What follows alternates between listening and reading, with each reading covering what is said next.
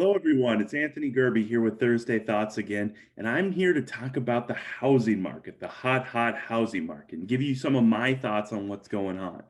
Well, first off, we actually had some interesting news this week that new mortgage applications dropped over the past week by 1.8%, and new housing applications or home buying applications dropped 1%, but are 14% lower than they were a year ago.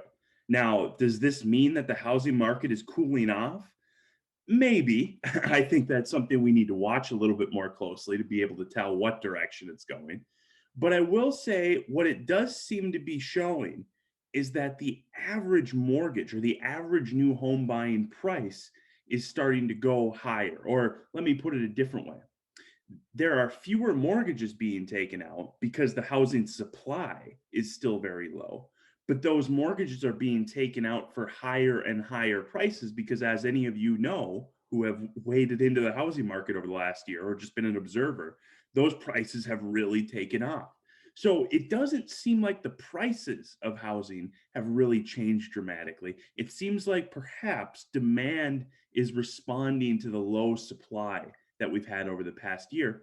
That would potentially, over the long term, see a cooling off in the housing market. We won't know until we get there.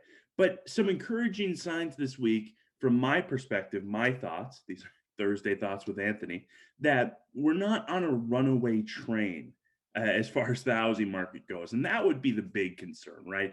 Things just get higher and higher, people taking out more and more mortgages, and everybody just going into debt because, oh, it's cheap rates, but go into debt doesn't matter.